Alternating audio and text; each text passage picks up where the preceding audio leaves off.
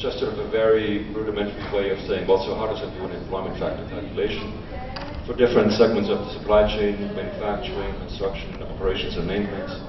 And this is really fairly straightforward. It's just the capacity installed. You have an employment factor that applies to the different segments of the supply chain. And then you have to sort of look at basically what are the different labor productivities in different regions and countries, and to what extent is any of this done locally or imported. Here we have basically, I'm showing you the different technologies, right? So just to reinforce what I just said, solar photovoltaic on top is clearly employing the most people at this point. Driven in part, and we don't really have a complete sense yet, but driven in part by the off-grid solar deployments. Particularly now, we have some estimates for parts of Africa. I think it's East African region, West Africa, and parts of Southern Africa, and also South Asia. There are now some probably still not very good estimates, but at least a rough indication of what's going on in the decentralized deployment of solar. And I think this is going to grow quite fast in coming years and decades. So we'll see a lot of development there. And so to some extent, I think maybe this dominance of solar PV may actually get even stronger as we move along. Look at this, so who are the leading countries? And this is probably not too surprising that China shows up big time. Again, related very strongly to the fact that they are the leading manufacturer of solar PV equipment, the major installation market, although last year was actually, for the first time we saw a tremendous change there. And some of the other parts of the world, right? Members of the EU, the US, Brazil, India, to some extent Japan, are still very dominant in terms of how many jobs do we find. And the reason really for that is twofold. One is these are by and large the countries that manufacture most of the equipment, and these are still the largest installation markets worldwide. So, but I also want to really emphasize that this should not be seen as a discouraging slide from the African point of view, right? I mean, if you look at Africa, it looks quite small. Right? But in the first place, we have still very incomplete information for African countries. So the real numbers are larger than what we're showing. And I think we see really very encouraging developments now in many countries. So I think those numbers will also grow in that sense, that there is just more and more deployment and more of involvement in the renewable energy industries. So yeah, so I had mentioned before, we also look at gender, and I have a couple of this one in the next slide, just to share with you some of the basics of what we've done. We did last year, and then published at the beginning of this year, a report that was based on a literature review, and then also we did a survey of a bit more than 1,400 people worldwide. Although the geographic distribution was not as well distributed as we had hoped for, we got very little in the response from people in China, for example, even though we had translated our survey into Chinese and other languages. So the results have to be taken a little bit of a grain of salt, right? I mean, they are probably the most comprehensive ones to figure out like what is the situation, but we found it's really difficult to get the kinds of response rates and the kind of response quality that you need in order to have very strong findings, right? So that said, we found that among the respondents of our survey, people were saying that the share of women of all jobs in the sector is about 32%, which is, compared with some other sectors of the economy, not that high, compared with, of course, the share of women in the population is not high. But if you compare it with the oil and gas sector, it actually doesn't look so bad. Right? And an interesting reason is, people in the survey and also in the literature in general are saying that women often feel that, first of all, renewable energy is much cleaner than the fossil fuel sector. Right? I mean, no big argument here. But also that they feel that they can do something more socially valuable by working in the renewable sector, right? By helping to create a cleaner energy system, by helping to deal with the challenge of climate change, and other considerations. Right? So there is sort of a social good reasoning behind this as well, which I think is a very encouraging factor. There are very significant differences still, depending on where exactly, what kinds of jobs you're looking at in renewable energy. You know, are you looking at STEM jobs, right? Science, technology, engineering, math, where we find about 28% according to our survey, compared with administrative jobs, 45%, right? I mean, that's a huge gap, right? And there are reasons for that, which I think need to be addressed. I'm going to go through this quite quickly, and again, there's a whole lot of theory on this. I could train you for at least 2 days on this particular subject matter, but we have different levels of social license to operate. And the aim is to try and achieve co-ownership with your local context and your local community. That means that the local community identify with the project and have accepted it as part of their local context. Right? One step down is the fact that they may approve the project, so the project has established both legitimacy and credibility, and the community approves of the project. The company is seen as a good neighbor. It's not necessarily co-owned by the community. A level down from that, we have acceptance, where the community listens and considers the proposal. If they have no reason to doubt the company's credibility, then the tentative agreement for projects to proceed. But this is a very risky space, because any kind of issue that comes up has the danger of potentially having you drop a level lower, which is where the community withholds or withdraws their support for the project.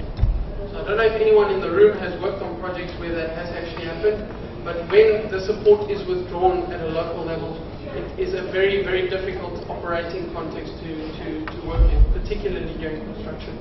So this is very important to understand also, and I often have this conversation with engineers, because engineers think in equations and think in terms of A plus B equals C.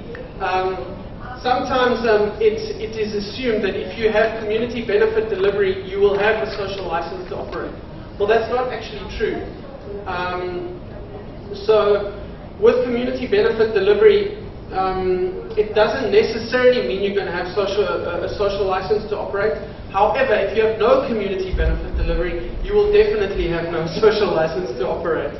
So I guess the point I'm trying to make here is that community development and community benefit delivery is a requirement, but it is not sufficient to ensure that you have your social license to operate. Okay. Your key factors that influence community support have to do with your industry reputation, number one. They have to do with your socio-political context and governance more broadly. And then they have to do with equity and social capital considerations. And by equity and social capital considerations, we're talking about fairness in terms of how community benefit delivery happens.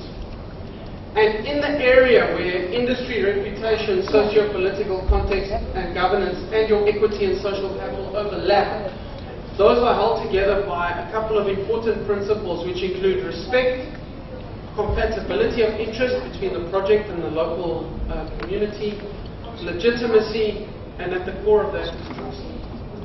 Okay, so there's been a lot of studies done on how to actually measure community support.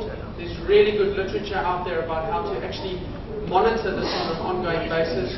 This is a big recommendation for all renewables projects where there is a local community that's being impacted. This is a study that was done in terms of benefit delivery maturity in terms of renewable energy companies. Okay, it's very interesting because it shows you that renewable energy companies are just starting out as far as this is concerned. So here we have your beginner level, your intermediate level, and your advanced level of community benefit delivery. And you can see that the dark blue represents practices that are already happening quite commonly in renewable energy. And then you have practices that occur on occasion and or starting to grow in renewable energy. And you can see from this that as far as your level of engagement, as far as your amount of planning for socio-economic benefit delivery, your focus of benefit sharing efforts, and your company culture around benefit delivery, we are very much in the beginner level as far as renewable energy is concerned. Okay. There are some areas where we're starting to move along the scale, but there's very few examples of renewable energy projects that are in this advanced space of community benefit delivery. And there's an opportunity in that. There's an opportunity because companies and projects and sectors as a whole can show leadership in the space and be able to distinguish themselves from others quite easily. The problem is, as I say, that is why what we're doing here today is pioneering. It hasn't been done a lot. So I'm not going to go through all of this in detail. You can actually have a look at what the different levels of maturity are as far as benefit delivery are concerned. But they cover the most important aspects of it, including the way that you engage and who you engage with. The last thing, and that's very similar to what you have in renewable energy, is that managing a transmission line in principle is not expensive.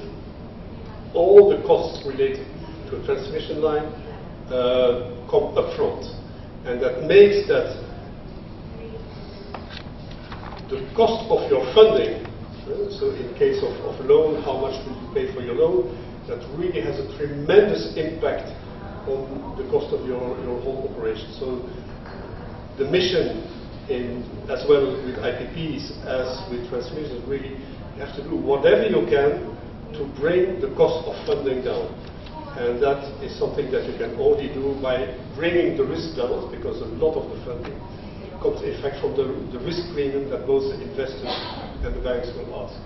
This is a graph that demonstrates it.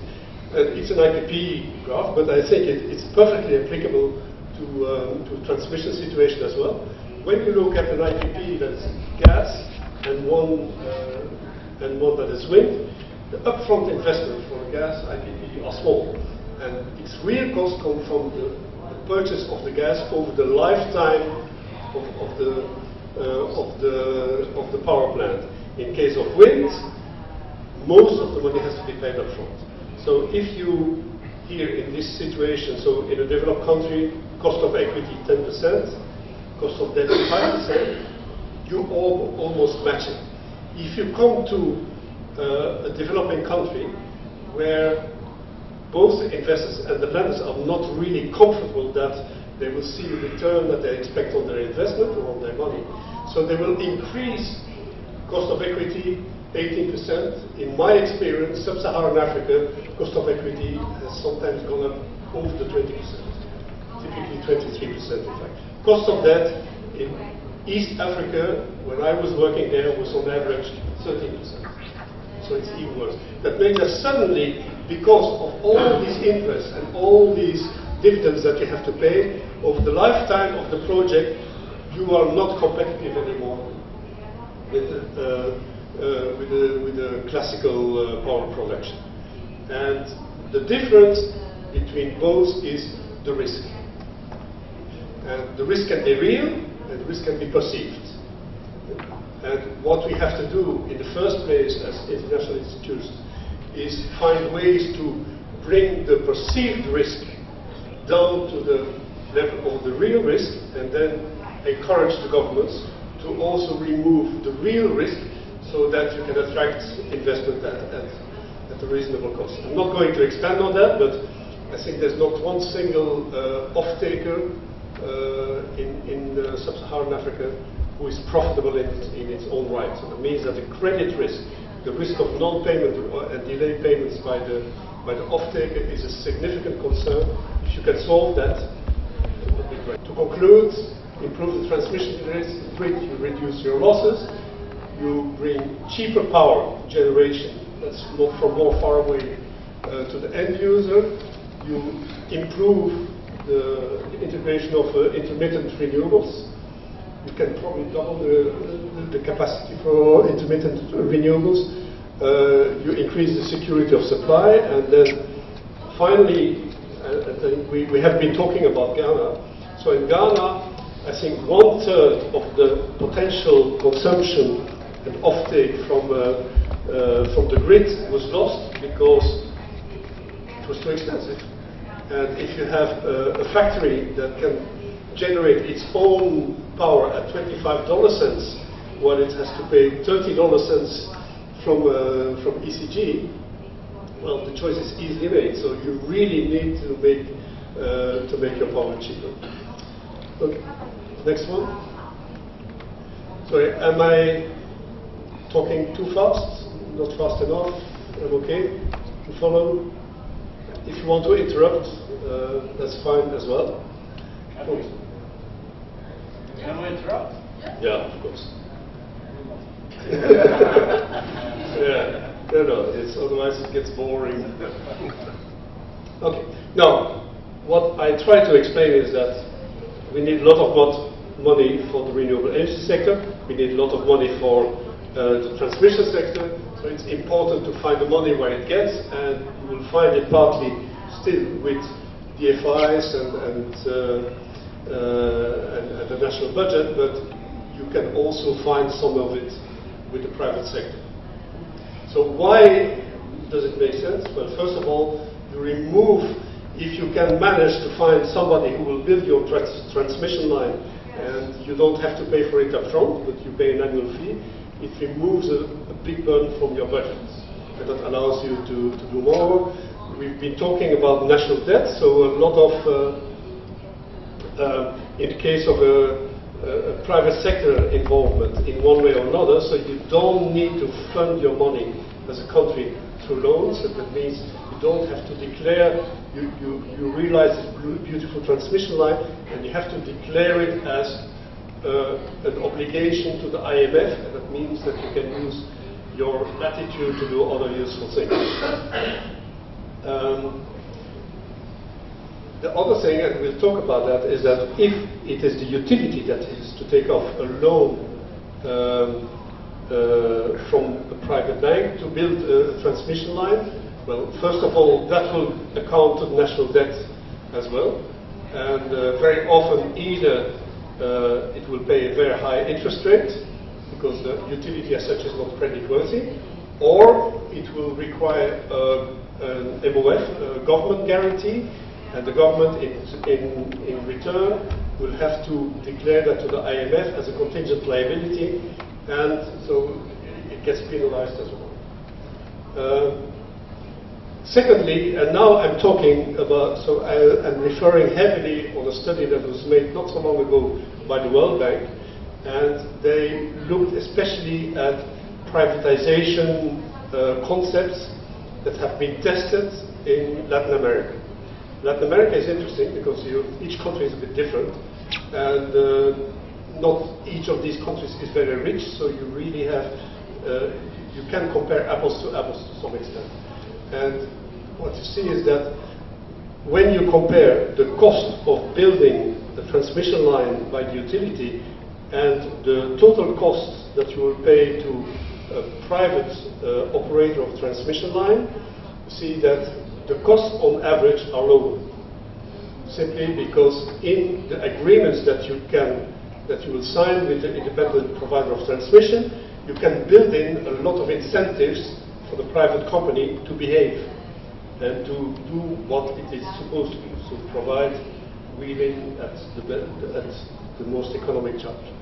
So I have this example from Peru, but there were a couple of others as well. Next slide. Yeah, international providers of transmission, they have sometimes know-how that the national utility doesn't have. So in India, for example, they have started the monitoring, because we'll come to that later, but if you have an independent provider of transmission, the agreements will squeeze him to ensure that he's as efficient as possible. So he will be innovative, and in India, the example that I read was that they now have drones that really control the situation of the transmission line over long distances. And with private sector, as I mentioned, you can really have contractual agreements that force them to be efficient and performant. Yeah. Next one. The models, there are four different models that have been used to attract private sector money. One is privatization of the whole transmission sector in a given country. The second one is concession. of the entire grid. Third one is independent power transmission. And the fourth one is really the one where the government is totally off the radar, it's merchant investors. And we'll go through them a bit more in detail now. Privatization usually happens by unbundling the utility and then by floating, by bringing the shares of the transmission company to the market. You can do that through the stock exchange. You can also do it through a bidding process, and in the end you will attract very often a state-owned transmission provider from another country.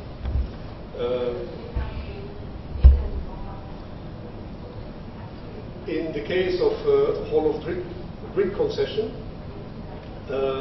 there you basically do the same. So you give your system away. You have a contract that forces the buyer to perform,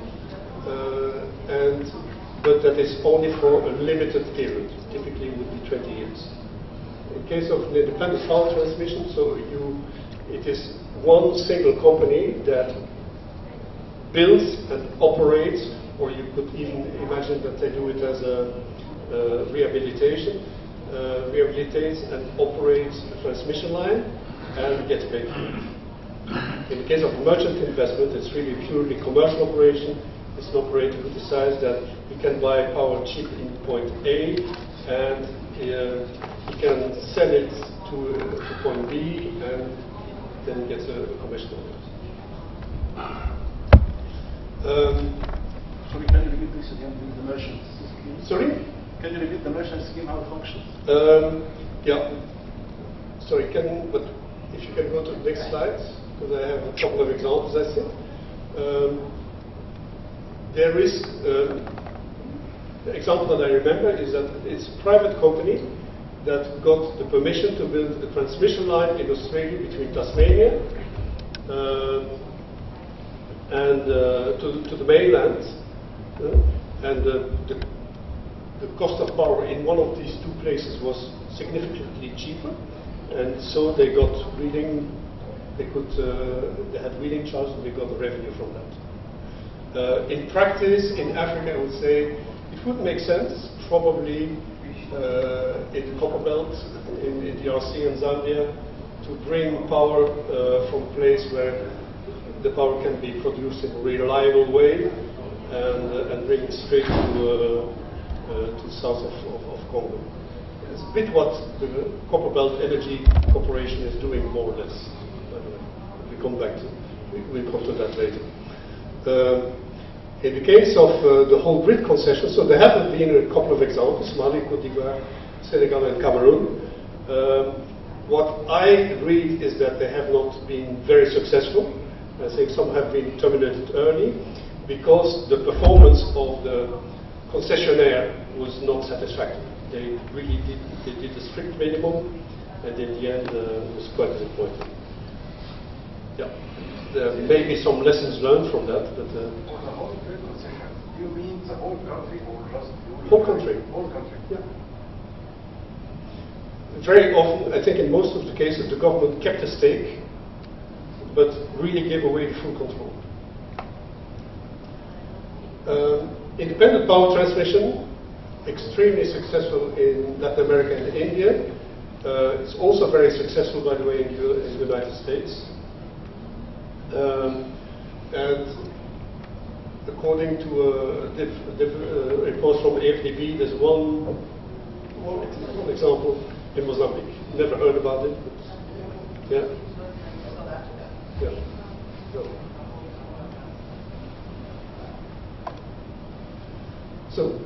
So these are the four options.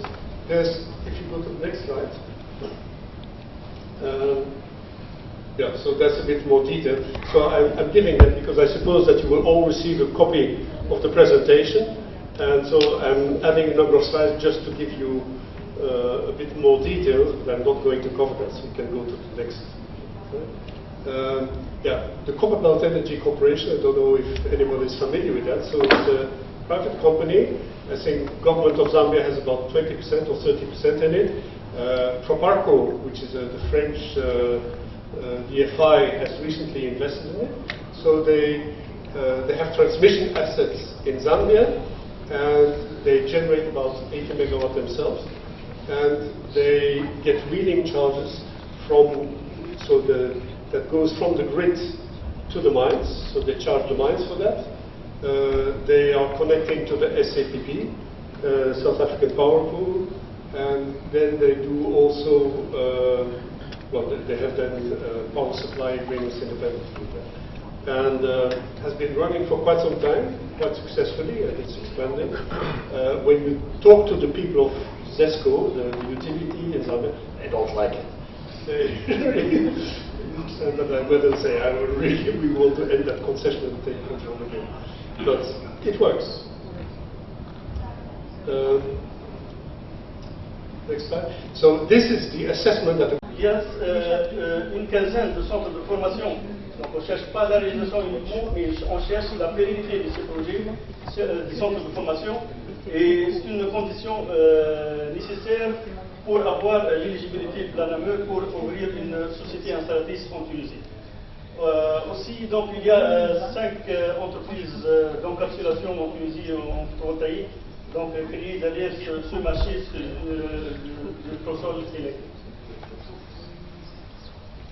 Voilà, donc on estime après ces réalisations, donc après ces concrétisations, à partir des années 2019, donc il y aurait les concrétisations de tous ces projets-là. Donc certainement notre classement va s'améliorer dans le classement RISE. On attend avec patience le rapport de 2018, donc en fin 2019, c'est le rapport de 2018, pour voir là où on est qu'on est bien avancé, ou bien on doit revenir un pas à l'arrière et faire corriger les choses. Merci pour votre attention.